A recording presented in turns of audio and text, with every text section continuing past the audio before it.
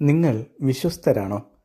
വിശുദ്ധ ലൂക്കോസിന്റെ സുവിശേഷം 16-ാം അധ്യായം 10-ാം തിരുവചനത്തിൽ കർത്താവ് ഇങ്ങനെ പറയും: ചെറിയ കാര്യത്തിൽ വിശ്വസ്തൻ വലിയ കാര്യത്തിലും വിശ്വസ്തനായിരിക്കും, ചെറിയ കാര്യത്തിൽ അവിശ്വസ്തൻ വലിയ കാര്യത്തിലും അവിശ്വസ്തനായിരിക്കും. എന്ന് പറഞ്ഞാൽ, നിന്നെ ദൈവം ഏൽപ്പിച്ചിരിക്കുന്ന ഉത്തരവാദിത്തങ്ങളുണ്ട്. അത് നീ സമൂഹത്തിലെ ഏത് ജീവിത അന്തസ്സാണെങ്കിലും, അത് അമ്മയാണെങ്കിൽ, അപ്പനാണെങ്കിൽ, മകനാണെങ്കിൽ, മകളാണെങ്കിൽ, ഭാര്യയാണെങ്കിൽ, ഭർത്താവാണെങ്കിൽ, പഠിക്കുന്ന കുട്ടിയാണെങ്കിൽ, നിന്നെ ദൈവം ഏൽപ്പിച്ചിരിക്കുന്ന ഉത്തരവാദിത്തം നീ നന്നായിട്ടാണോ ചെയ്യുന്നത്? ആ ഉത്തരവാദിത്തം നീ നിർവഹിക്കുമ്പോൾ അതിൻ്റെ ഓരോ കാര്യങ്ങളിലും നിനക്ക് 100% ആത്മാർത്ഥതയുണ്ടോ? അതോ പഠിക്കുന്നു എന്നാലങ്ങ് പഠിച്ചേക്കാം അങ്ങനെ വിചാരിക്കുവാണോ? അതോ എന്തായാലും ജീവിതം ഇങ്ങനെയൊക്കെ ആയി, ഇനി അങ്ങനെ തള്ളി നീക്കാം, അങ്ങനെയാണോ കരുതുന്നത്?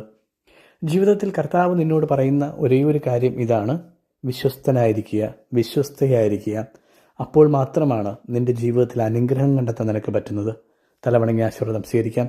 പിതാവായ ദൈവത്തിൻ്റെ സ്നേഹവും ഏകജാതൻ്റെ കൃപയും പരിശുദ്ധാത്മാവിൻ്റെ സംസർഗവും ആവാസവും ഇന്നും എപ്പോഴും നിങ്ങളോടൊപ്പം, നിങ്ങളുടെ എല്ലാ നിയോഗങ്ങളോടൊപ്പം, നിങ്ങളുടെ കുടുംബ